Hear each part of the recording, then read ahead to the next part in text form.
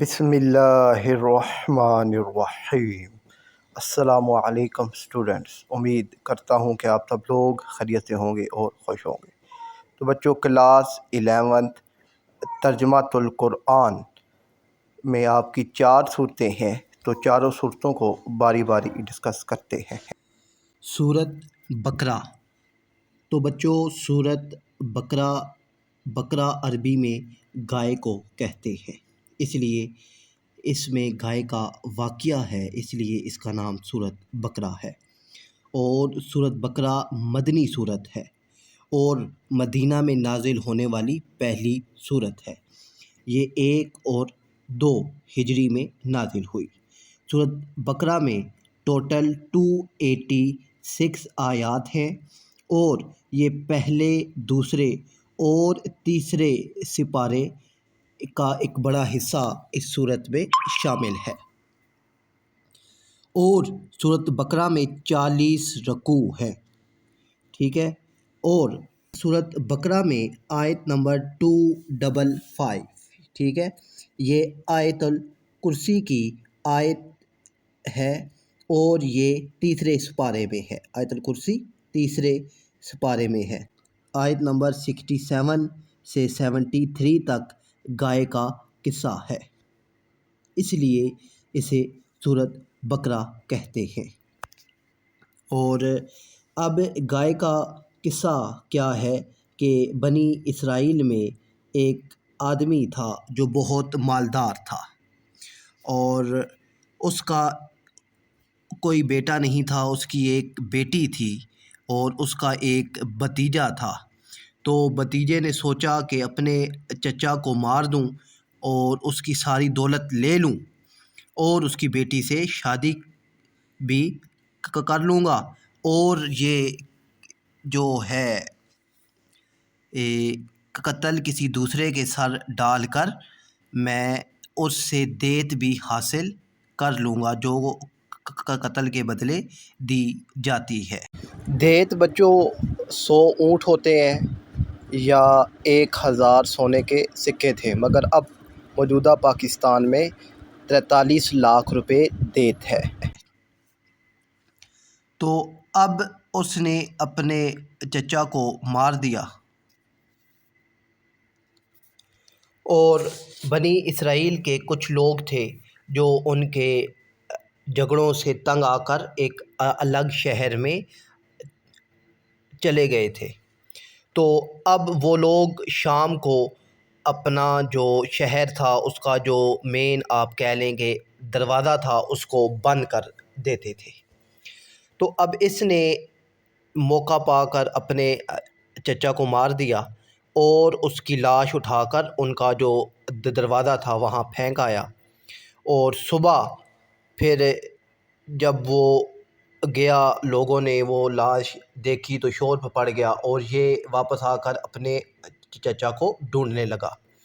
تو یہ وہاں جب اسے تو معلوم تھا کہ اب یہ اس نے لاش کہاں پہ پھینکی ہے، تو یہ یہاں ان کے دروازے کے پاس پہنچا اور پھر اس نے ان لوگوں پر الزام لگا دیا کہ تم نے میرے چچا کو قتل کر دیا ہے۔ تو وہ الٹا پھر لوگوں کو لے کر ان سے جنگ بھی کرنے لگا۔ تو پھر وہ لوگ حضرت موسیٰ علیہ السلام کے پاس گئے اور ان سے کہا کہ یہ واقعہ پیش آ گیا ہے۔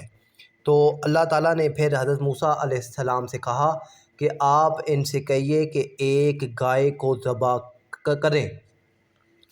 تو اب وہ لوگ پھر سوال پہ سوال کرنے لگے کہ قتل کا کیس کہاں ہے اور گائے کو ذبح کریں۔ پھر انہوں نے سوال شروع کر دیے کہ گائے کیسی ہو، اس کا رنگ کیسا ہو اور وہ کیسی ہونی چاہیے۔ تو پھر یہ سوال ہوتے رہے، آخر کار پھر وہ جو جس طرح کی گائے انہوں نے بتائی، وہ گائے ایک یتیم بچہ تھا اس کے پاس نکلی۔ اب وہ یتیم بچہ اپنے باپ کا بہت فرما بردار تھا۔ ایک دن اس بچے کے بارے میں جو واقعہ آتا ہے کہ وہ ایک دن ایک ہیرا بیچنے والا شخص آیا، تو اس بچے کا باپ سو رہا تھا، تو ہیرے والے بیچنے والے سے بچے نے کہا کہ یہ ہیرا کتنے کا ہے؟ تو اس نے کہا جی یہ 70,000 روپے کا ہے، ٹھیک ہے۔ تو اب اس نے کہا کہ اچھا میرے والد صاحب سوئے ہوئے ہیں، یہ اٹھتے ہیں تو میں تمہیں پیسے جو ہیں وہ دے دوں گا۔ تو اس نے کہا کہ تم اگر ابھی پیسے لے کر آتے ہو تو میں تمہیں 60,000 میں دے دوں گا۔ تو اس نے کہا کہ تم تھوڑا انتظار کرو، میرے والد صاحب اٹھتے ہیں تو میں تمہیں 70 کے بجائے 80,000 دوں گا۔ تو یہ بات ہوتی رہی، چلتی رہی، تو خیر پھر وہ جو تھا ہیرا بیچنے والا آخر کار وہ غصے میں آ کر چلا گیا۔ اس نے 30,000 تک، جو میرے علم میں ہے کہ اس نے 30,000 تک بھی اس سے کہا تھا کہ تم مجھے اگر ابھی دیتے ہو تو میں تمہیں 30,000 میں دے دوں گا۔ خیر وہ واقعہ دوسری طرف، تو پھر یہ جب انہیں یہ گائے ملی تو یہ اس بچے کے پاس گئے تو انہوں نے کہا کہ یہ گائے بیچ دو۔ تو اس نے کہا نہیں، انہوں نے کہا کہ ہم تمہیں 2 گائے دے دیتے ہیں، 3 دے دیتے ہیں، 4 دیتے ہیں، حالانکہ انہوں نے کہا کہ 1 گائے دے دو، 10 گائے تمہیں دے دیتے ہیں۔ تو اس بچے نے انکار کر دیا۔ وہ بچہ جو ہے پھر وہ لوگ واپس گئے حضرت موسیٰ علیہ السلام کے پاس اور ان سے کہا کہ وہ گائے نہیں بیچ رہا۔ تو پھر یہ طے پایا کہ اس گائے کا جتنا وزن ہے اس وزن کے مطابق آپ اس بچے کو سونا دے دیں۔ تو اب وہ سونا اس بچے نے دے دیا۔ تو اب یہاں پر نا بچوں ایک بہت اہم بات ہے کہ اس بچے نے اپنے والد کا احترام کیا تو اس کو رب نے اتنا بڑا انعام دے دیا دنیا میں، اور وہ بچہ بھی، یہ کتابوں میں آتا ہے کہ اس وقت اس کی حالت جو تھی وہ بھی کافی نازک تھی، اور یہ جو گائے ہے یہ گائے بھی اللہ نے اسے انعام میں دی تھی کہ اس نے اپنے والد کا احترام کیا تھا، ان کے آرام کو خراب نہیں کیا تھا۔ خیر جب گائے کو ذبح کیا گیا تو حضرت موسیٰ علیہ السلام نے کہا کہ اس کا ایک حصہ لے کر جو مقتول ہے، جس کا خون ہوا ہے، اس کے اوپر رکھ دو، تو یا اس کے ساتھ مسح کر دو۔ تو جب وہ اس کے ساتھ لگایا گیا تو وہ اللہ کے حکم سے اٹھ کھڑا ہوا اور اس نے کہا کہ مجھے مارنے والا میرا اپنا بھتیجا ہے، اس نے لالچ میں آ کر میری بیٹی سے شادی کرنے کے لیے، میرے مال کو ہڑپ کرنے کے لیے مجھے مارا ہے۔ یہ کہہ کر وہ دوبارہ فوت ہو گیا۔ تو پھر ان جو لوگ تھے انہوں نے اس بھتیجے کو بھی قتل کے بدلے قتل کر ڈالا۔ تو یہ واقعہ اس سورۃ بقرہ کی آیت نمبر 67 اور 73 میں ہے، اس لیے اس سورت کا نام سورۃ بقرہ ہے۔ اور سورۃ بقرہ کی بہت بڑی فضیلت ہے۔ اللہ کے نبی صلی اللہ علیہ وآلہ وسلم نے فرمایا کہ جس گھر میں اس کی تلاوت کی جاتی ہے شیطان اس گھر سے بھاگ جاتا ہے۔ اور تحویل قبلہ کا واقعہ بھی اسی صورت میں ہے، جو آیت نمبر جو اس کا رکوع جو ہے 70 اور 18 جو رکوع ہے اس میں تحویل قبلہ کا واقعہ بھی موجود ہے۔ اور سب سے اہم بات کہ 282 جو آیت ہے یہ سب سے بڑی آیت ہے اور یہ بھی سورۃ بقرہ میں ہے، اور اس آیت کو آیت دین بھی کہتے ہیں۔ اس میں قرض کے احکام بتائے گئے ہیں، ٹھیک ہے۔ اور اب اس سورۃ بقرہ کے جو مرکزی مضمون ہے وہ کیا ہے کہ سورۃ بقرہ میں فقہی، اخلاقی، معاشی اور معاشرتی احکام شامل ہیں۔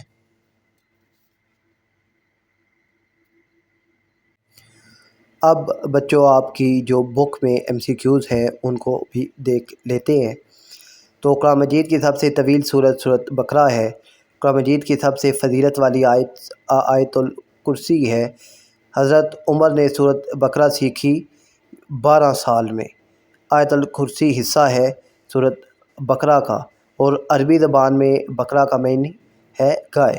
حدیث نبوی کے مطابق شیطان اس گھر میں داخل نہیں ہوتا جس میں تلاوت کی جاتی ہے سورۃ بقرہ کی۔ سورۃ بقرہ کو قرار دیا گیا ہے قرآن مجید کی چوٹی، اور سورۃ بقرہ کا مرکزی مضمون ہے ہدایت۔ سورۃ بقرہ میں انسانوں کی قسمیں بیان کی گئی ہیں، 3 قسمیں بیان کی گئی ہیں۔